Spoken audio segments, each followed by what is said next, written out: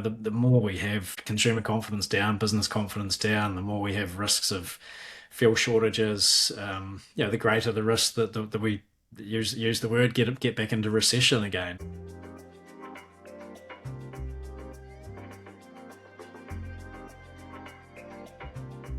Kia ora, and welcome to the New Zealand Property Market Podcast, brought to you by Cordell for the 7th of April 2026. I'm Head of Research at Goodall, and today I'm joined as per usual by Chief Economist Kelvin Davidson. Kelvin, first up, can I just say what a great episode last week was? I was very happy and very very happy to be a satisfied listener. Certainly gave that one 5 stars. And as you sort of intimated in the lead into that one, it was a bit of a weird one where I was supposed to be on jury duty last week, but I was released the night before I even had to bother going in. So you can check the website, and it said there were no court cases requiring juries. So even before having to go in on reporting on Monday morning, I was released from it. So, but then with all the plans, of course, that you had with me not likely to be at work, we just sort of left you guys to it. So it felt a bit strange being in the office and working, knowing the podcast is being recorded and me not being part of it, but definitely well worth it when I got a chance to listen to it later that afternoon. And certainly, the great chat you guys had. And, as I sort of said on LinkedIn, Gerard's background and timing to start at Cordell, given his background in global markets and understanding the oil market and things, is just incredible. So great to have you guys have that yarn about that. Was amazing. So well done and thank you. And nice to be back in the seat, but certainly was great to just be a listener for once too. Yeah, cool. Yeah, you might be slightly biased on the 5-star review, but we'll take it. Not at all, not at all. No, it was good, mate. So thank you for that. But let's get into things for this week. I think as per usual, we've got plenty to chat about given the conflict in Iran and the daily way things are changing over there. But I first want to touch on the home value index, of course, which was released last week for March. The headline figure, of course, nationwide, we saw values grow by 0.2% again, following the 0.2% rise in February. So I think for me, my early or quick interpretation of this was that there was some, quite a bit of momentum in that market when we didn't quite want to call February a turn, even though we saw some growth come through. But seeing that further growth in March, I think shows that there was that momentum. There was a bit of growth coming back into this market. But of course, I wouldn't be surprised now to see all the momentum evaporate over the coming weeks and once we get data for, latter March, early April, as we move through the next few weeks. Do you want to, though, run through your take on it, a bit of the regional data as well, how the media release went, maybe, the focus some of the journalists had on this, and then, I suppose, as you tend to do in the release of this one, when you propose your expectations for future, how that's kind of changed your expectations for the rest of this year and what you expect to happen for the rest of this year anyway. So, you want to take us through that detail? Yeah, so I mean, you touched on the headline figure there. We've had 2.2% increases in a row, so pretty modest. Maybe it's still within the error margins, but I guess some tentative hints of increasing values coming through. I mean, it's not everywhere, of course. We had at the regional level, we had Wellington, Auckland still relatively flat, Hamilton still relatively flat. But some stronger increases in Christchurch and Dunedin, and Invercargill still going up pretty strongly. So, there are all those regional stories underpinning it. But when you add it all up, we've started to see those tentative hints of an increase. It's nothing major or anything like that, but it would fit with what we've been seeing. I mean, lower interest rates, recovering economy. So, it all sort of stacks up. But I suppose in terms of the media questioning and where to next, it's sort of a line in the sand. Yes, these numbers relate to March, and you could probably say that overlaps a little bit with the Iran situation, but it's a bit too soon to have kind of expected any really clear impact from that to be coming through. So it's kind of a line in the sand. We can say some signs of upturn in the market, but hang on, now we've got the Iran situation. So mostly the media questioning was around that. We've got some increases, can it last? And I guess, you have to wonder about that because, I mean, we've already seen mortgage rates go up a bit. You'd have to think there's some upside risk, to use the Economist phrase, to global interest rates, to inflation, to mortgage rates here. Or we get a weaker economy through, production, oil shortages, oil rationing, all of this, or you get both. And, either way, pretty difficult to see that pushing up the housing market any further. I mean, we know that confidence is already a little bit sort of fragile. Buyers and sellers are a bit cautious. So, I think at the moment, either way you cut it, you're probably looking at a weaker housing market rather than a stronger one. So we'll wait and see how long it lasts. All of these things, there's a lot of uncertainty. But yeah, when you look at the most likely scenario of higher interest rates, as I say, or a weaker economy, or both, that will tend to restrain the housing market. So I think it's more likely that what we actually see is these tentative hints of rising values that actually peters out. Maybe we see them go into reverse. Maybe we see renewed falls in house prices, just because it doesn't feel like an environment where house prices would go up. So yeah, that was kind of where I went with some of the media questioning. That it's that line in the sand thing again. That we've seen a bit of growth, but it's sort of all bets are off now, because we're just got to see how this all plays out. So yeah, that was kind of the upshot of it all. Yeah, I guess I want to touch on a few things there, and I want to probably reiterate some of the methodology behind the index, because this does look at agreement dates. So when a price is agreed at, right? So it is actually that, yeah, people that agreed a price in March. This is taking that data and looking at how it was changing over time, right? And evaluating all of those deals that have been done over the last few months, weighting the more recent ones, and then looking at how that changed over that 1 month period. But I had this anecdote where, anyone that was kind of in train, if you were already looking at properties, you were keen on a certain property, and then you went through to agree price in March, I don't think necessarily that the global conflict that was going on would affect you following through with that. Now, I'm sure in some cases someone will be like, man, this is a big decision. Do we really want to move house maybe, or do we want to buy that investment property? Maybe for some people it would take that away. But I just had this one example where a mate of mine who was selling a house over in the Wairarapa, they've been trying to sell for a few years. They finally sold in March. And one of those ones where, the negotiation, the deal had been talked about for a while. The due date for the agreement, was in March, and I suppose the person buying their property, they were pretty committed, right? And they were looking at that exact property. They weren't looking at the broader environment and going, if the global conflict gets worse or if interest rates go up, that's going to affect our decision. It was more about this house we want to buy, and they'll do the due diligence on that property, looking at building reports and all those things. That's the stuff that would have impacted them getting it, not those external forces. I feel like if you're that deep in the market, that you're going to follow through with that. And that's where I suppose I'm just trying to get that point out there of the momentum taking over. So even though the conflict basically started on the last day of February, really early March, where it really kicked off, and so all of March, you could say, should have been affected by what was going on globally. I do think that if you were still really deeply involved in the housing market and purchasing a property, that it probably wouldn't have affected your decision itself. As I said, maybe some people would pull back, but generally, I think the smart thing would be, like, I want to buy a property. Is this really going to affect me? Is it the timing? Am I going to wait another month or two, or wait until this is over before I buy that property, or build that next property, or move to that property, or buy my first home? Like most of those decision-making processes, I don't think would have been affected. But now is the time where if you were considering starting to look for a property, you were thinking, we should consider moving to that next property, or moving to that area that we wanted to move to, which is in a school zone, or, now people would go, there's no rush. We're not going to go and get into it. Let's worry about paying off our bills. Let's be sure that our job's going to be secure. I feel like, now that this has been happening for a while, that's going to start to influence things down the track. And that's where that, loss of momentum will come, that potential for property values flattening out because demand reduces. Now I think that's going to really start to play out, as opposed to March itself, where I think it was still building on the momentum that was coming from, December, January, February itself, where, we've been talking about the economic side of things had been starting to build. We'd seen some, confidence start to return. And I think we'd seen that coming through in the housing market. And I think these March results showed that.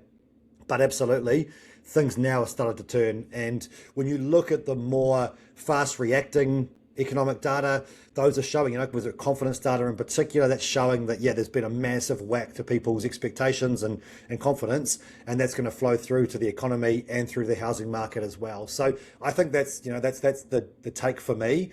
Let's move on to some of that economic data then, because I think it's interesting, right? There's some contrasting stuff here. We do have to acknowledge that, things are changing daily in the Middle East. When I was writing our run sheet for the podcast today, it was like, man, there's a potential that we're talking about, what does this ceasefire look like? I think it was looking a day or two ago that the conversation was around, what does a 45-day ceasefire look like? Then you wake up today and that's been firmly thrown back in their face and said, no, we don't want that. We want true peace. And if not, then America's now, Trump's now saying, we'll completely take you out. So it's just escalated further when literally a day ago it looked like we could have seen some genuine de-escalation from this position. So it is changing daily. We have to acknowledge that. It's hard to see an end to it today, whereas yesterday it was a bit different. So I don't know if you've got any latest take on your read on things in the Middle East and what is happening with fuel stocks and how do people adjust for those side of things and where could prices go and are we more expecting those second round impacts to inflation? How do we build that conversation in? I don't know if you want to take us down that path first. And then I just want to chat about some of the actual data that came out last week and how we read that stuff as well in terms of the broader potential economic recovery that was happening prior to what's going on right now. But yeah, maybe give us your take on Middle East, mate, and then we can move into those. Yeah, I don't know if people really want my take. I'm certainly no expert on it. I guess for me, it's just, who knows? There's, like you say, that it's changing day to day. You have to feel like it's probably not that promising, if you're sort of leaning towards the more optimistic versus pessimistic in a purely sort of binary sense. You're still pretty uncertain, aren't you? You're probably leaning more towards the dragging on a bit longer, more disruption. So it's more on that concerning side of things.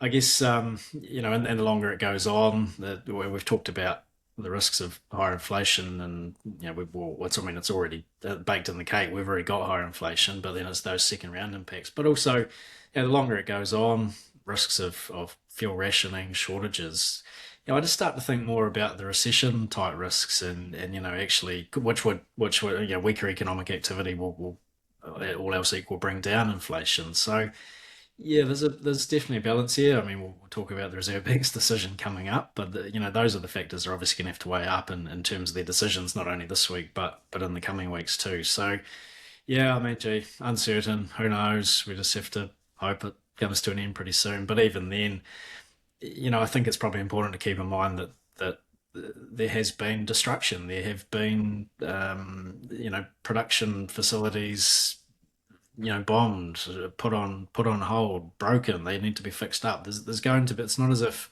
things just suddenly go straight back to normal. I don't think so. Yeah, that's probably something to keep in mind as well. Is that there will be some lasting effects from this, even if it ends in 30 minutes time. There's going to be lasting disruptions. So probably just something to keep in mind too. Yeah, good point. I think, it probably does lead us to having to be a little more pessimistic about it, definitely expecting there to be less economic growth. One thing I'm keen to get your take on is I've seen forecasts of increase in unemployment. I'm keen to tease that out a bit at some stage because I suppose, expectation is yes, there's less economic growth, but hopefully, it's more than hope that businesses would sit there and go, we still want to keep hold of our staff. Yes, again, you're not exactly investing in expansion, but I was sort of expecting that, businesses wouldn't necessarily be cutting their staff based on this activity. Maybe that is too just optimistic and not really based on too much, but I sort of didn't expect this to flow through to greater unemployment. But I suppose if there's people out there looking for jobs and they can't find it, then that's going to force through higher unemployment as well. So, yeah, I don't know if you want to give us your take on the labour market situation as well, because that to me, if we do see a lift in unemployment, then that is absolutely going to be way more damaging to both the economy and then, of course, flowing through to, activity in the housing market too. So where do you sit on the impact to the labour market? Just here in New Zealand, I guess I want to focus on that hyper locally. Yeah, I tend to. I mean, I think we'll probably see the longer it goes on, the greater the risks. I think you probably would see the unemployment rate go up, but as you say, probably more about just a bigger labour force. There's always people coming into the labour force. Graduating from school, university, whatever. There's always that supply of workers is getting bigger, but at the same time, even if firms aren't actively laying people off, they're not hiring as much. Demand for workers is flat, supply of workers goes up. You'll see that unemployment rate go up, and that's probably a continuation of really what we've seen in the past 2 or 3 years. Generally the unemployment rate's gone up, mostly because of a bigger labour force rather than job cuts, because firms want to keep their staff. It's very costly to lay staff off and then have to rehire them when things pick up again. So they'd rather sort of hoard labour and try and get through. And so, yep, damages your profitability, but at least then you're sort of positioned for for eventually the upturn whenever that comes. So yeah, I think I haven't sort of studied the makeup of those forecasts that are coming out in terms of the composition of, does unemployment rate go up because of job cuts or just a bigger labour force. I suspect those forecasts would be basically saying, hiring stops, but the labour force goes up. So that's why the unemployment rate goes up, I suspect.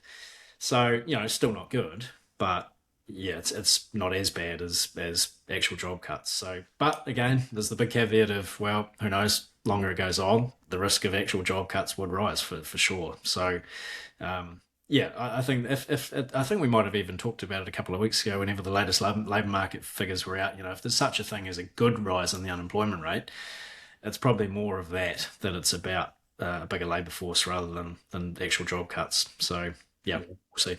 No, I think you're right, and fair enough. And I guess it's dependent on migration too, which would seem turn around too. So more people moving here. Who knows the impact of all the conflict on migration around the world as well? And you could say people coming to a safe haven like New Zealand would be great, but again, if the jobs aren't there, then you're going to move to a country where you can't then get money in to support yourself. So that's going to start to be doubted upon if we go back into recession as well. So yeah, I suppose there's lots of factors as there always is. But let's look at some of the data, Kelvin. I know that probably the main one you've been looking at was the fact that business sentiment for March really tanked, and that was following the consumer confidence data doing the same. I think it was out, a few days before, maybe the week before. And so, despite the fact that we'd actually thought we'd seen, or you think, you go, oh, we're seeing better signs of economic recovery coming in the form of things like improved filled jobs in February. Data looked pretty good there. We saw new dwelling consents continue to trend higher in February as well. But it's all February data, right? And it's like any of that data which is more recent, that is what's illustrating that reason for all the caution that we've got in the market, which is particularly that business sentiment data. So yeah, I don't know if you want to talk in any detail around some of that data that was released, and then maybe you can go straight into your expectations for the Reserve Bank statement tomorrow, or review anyway tomorrow. We will record a podcast tomorrow afternoon, so we'll have our reaction from that. One is, of course, just a review, not the full statement, so we won't get quite as much detail from the Reserve Bank, but everything they do say is going to be picked apart. So yeah, we'll talk about that tomorrow afternoon. But in terms of your preview of that, cover off any data recently, and then tell us about your expectations for tomorrow afternoon. Yeah. I mean, it's the line in the sand thing again. I guess with some of these figures, you touched on jobs and dwelling consents. That's great. It was improving. It's a bit like house prices, sort of going up in January, February. But of course, things have changed since then. So it's good to know. But we'll have to see how things play out in terms of the more timely indicators. And yeah, I mean I guess the best and first ones on that front have been those confidence measures from ANZ. I mean, consumer confidence down a lot, inflation expectations a little bit higher, business confidence down. Across all of the measures that we talked about, the unemployment rate just there, the firms' hiring intentions and that business confidence survey were down. So, there's no surprises here. I mean, we all anticipated the business confidence would be down a lot, consumer confidence would be down a lot too. So there's no surprises, but yeah, I guess it just shows it's real and people are genuinely concerned about it. So yeah, it definitely doesn't sort of bode well for the slightly sort of emerging economic recovery that we're starting to see. So definitely a concern. In terms of the official cash rate decision tomorrow being Wednesday, yeah, it's. I mean, the speech that Anna Bremen gave a couple of weeks ago, it was 24th of March, maybe, in terms of that sort of ad hoc thing. She changed the topic and suddenly chose to talk about Iran and the oil price situation. It wasn't meant to be preemptive for this official cash rate call, but it probably is. I expect the messaging from that speech will be pretty much the same. They can't do anything about so-called first round inflation impacts, but very much keeping an eye on the risk that broadens out and starts to see people wanting higher wages to compensate for higher cost of living, and it sort of gets embedded in the system, that second round inflation. So, and inflation expectations as well would be part of that. If people start to think inflation is going to stay higher, then the risk is that it actually stays higher. So that's what they're really concerned about. Expect chatter about that. I suppose what I'll be watching for. So this is a monetary policy review technically. So it's the smaller sort of in the past. It's been a pretty short statement. Maybe sort of 3 or 4 paragraphs. As opposed to the full monetary policy statement with all of the forecasts, that sort of thing. So this is the smaller version, but it might not be as small as it's been in the past, because under the new governor, they've already said they're going to to add more communication around it. I don't know what that might involve, or we see some numbers, not sure. They're certainly going to have a press conference, which they haven't done in the past. So yeah, there'll be more communication, and just given the circumstances, it might be even more communication than they had planned to give. So that'll be interesting one to watch. And I suppose for me, probably the discussion that the committee has, not so much the decision, because it looks like that'll be keeping the OCR where it is, but I suppose the discussion they have around those first round inflation impacts, second round inflation impacts, are some more worried about that or less worried, but also the real economy. I just think, the more we have consumer confidence down, business confidence down, the more we have risks of fuel shortages, the greater the risk that we use the word get back into recession again. And so discussion around that, I think probably that's where I'll be looking as are those committee members genuinely concerned about a much weaker economy, and in that case that would tend to bring inflation back down again, would tend to limit any possible OCR increases. They tend to be wanting to just scale those increases back down again if the economy is going back into recession. So yeah, chat around that I think will be really, really interesting. So yeah, where should I finish off on that? I mean, it's we're probably not expecting too much in terms of the actual decision itself, but it's those associated things, the communication, what the record of the meeting says, what the press conference says, and yeah, for me, the real economy, what sort of thoughts are they having about that? Are we facing a much weaker economy, or is that not really a concern just yet? So those would be the things for me. Yeah, no, I like that, mate. I think, yeah, really interesting to see what they say about their expectations on the economy. And as you say, we won't exactly get an update on their forecast for GDP. But if they do give any indication as to what they see that looking like and how weak that could be, then I think the market will react to that as well. And that'll impact their expectation of what those OCR changes in the future look like. I'll certainly be looking for the count of the word uncertainty. We've been a declining count over the last 18 months or so, as things have become more certain. But there's no doubt that since their last statement, things have turned around completely, and uncertainty is maybe higher than it was even 18 months ago when we started tracking this. So yeah, it'll be interesting to get that little count in there. And yeah, like you say, though, I suppose it's a bit different now that there's a new governor in charge, first monetary policy review, I think, under Anna Bremen. So yeah, maybe it won't be a perfect comparison, but certainly be an interesting one to put across it anyway. But as I said, we'll chat about it straight afterwards anyway, and we'll push that podcast out. So hopefully that should be out by sort of 5 p.m. on Wednesday, tomorrow.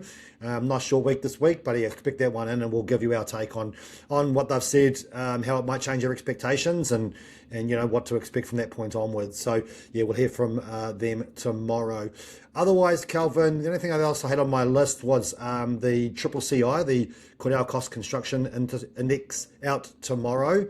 And I don't know if you want to tease the result for that one, but again, it's probably the calm before the storm in terms of the impact of the conflict on construction costs. I know that we had that comment on Spotify, which you and Jared touched on briefly last week, in terms of already seeing some impacts of some construction firms passing on increased costs because of the transport costs that they're facing.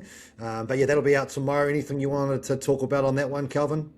Yeah, I mean, CCCI for Q. So this Q1 out tomorrow. It's still fairly moderate. There's a little bit of cost growth there, but it's definitely not massive. It fits with what we're seeing in the industry more generally, that it's recovering a little bit, but still a bit quieter than perhaps would be ideal. So fits with this flatter picture of construction costs. But yeah, it's Q1. We know the world's changed since then, and already got those anecdotes of higher construction costs coming through, at least in terms of some of those input costs, transport. So, I suppose it's worth noting, but I guess the longer this goes on, Q2 is going to be the really interesting numbers. So, we'll kind of make as big a deal of it as we can, but I suppose the focus will really be on those second quarter numbers, which we have to wait a little bit for. So, one to watch, but looking ahead. Yeah, no, all good, all good. Well, and we can chat a bit more about that next week anyway. Maybe give a bit more detail of each of the different items within the index as well. So we'll leave that for next week. But that'll pretty much do us for property and economic chat today, Kelvin. So if that is all you're here for, make sure to leave a link to the HVI release in the show notes. So do go check that one out to get all the detail you need on your area in particular. And we'll catch you tomorrow for the OCR chat. But before we do head off, Kelvin, any highlight for you over the long weekend, mate, sporting or personal or otherwise? Yeah. Well, a few highlights. I mean, probably ate a wee bit too much chocolate. There more than I would have liked, but it's Easter, so that's what it is. But yeah, I mean, kids had a great time. It was nice. And the weather wasn't amazing, but it was decent enough. And just the value of neighbours. I've probably said it before, but that's the highlight for me. The little street gang that the kids have. They set up a fruit stall, so they were parents were having to buy back their own fruit pretty much at inflated prices.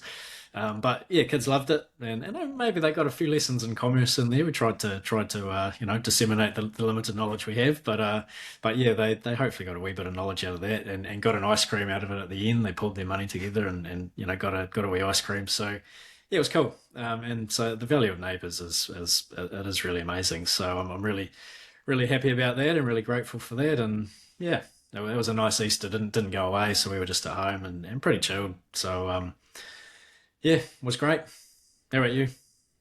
Yeah, nice one. I mean, the value of community, eh? And yeah, it sounds similar. Like a lot of people in our circle too. No one really seemed to go away. There weren't too many people taking off for the long weekend. Just a nice and easy one at home, and very similar for me. And that means just catching lots of sport. And highlight, no doubt, has to be Phoenix. Truly now actually going to threaten the playoffs. Getting a win in Melbourne. I think it's like the first time in 25 matches, and there's two Melbourne teams too, so we go there quite a lot. I think it was 2017 since we last won. So yeah, been a long time, but got a great win over there on Sunday, I think it was. Pretty huge. And I did say to you, I reckon it was probably about 3 weeks ago, that I have this gut feeling that we're going to come across Auckland FC in the playoffs.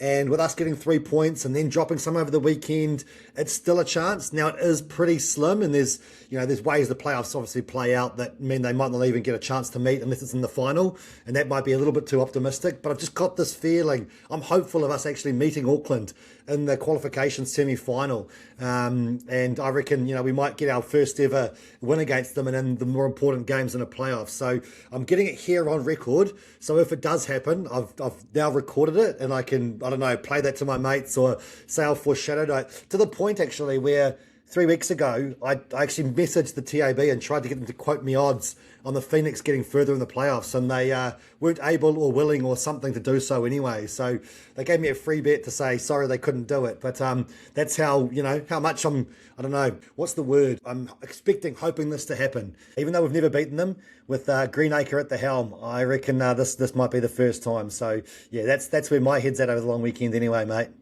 Yeah, well, you might have only committed it to record right now, but I'd vouch for it that it did come up 2 or 3 weeks ago. So, yep, we'll see. It definitely gives me something to be focused on there too. See if that actually plays out. Yeah, everyone can pay a little more interest now to it. Anyway, I was manifesting it. That's what I was trying to say. Sorry, manifesting the result. But all good, mate. Well, that'll do us for today. Thanks very much, as per usual. Well, first for obviously last week for you and Jared doing a great job, and then this week as well, just getting into a bit more detail on that and everything else that's going on in the market. There's certainly no shortage of things for us to chat about, so always good to have this opportunity to get through it all. But otherwise, I want to say thanks for listening. Please do get in touch with any questions or feedback. Is there any other data or things that we are missing out on that we should be covering that might give us a faster read on the market? Always keen to hear back on those things as well. But that'll do us for today. Just let me say thanks again. My name is Nick. He's Kelvin. You've been listening to the New Zealand Property Market Podcast. Mā te wā.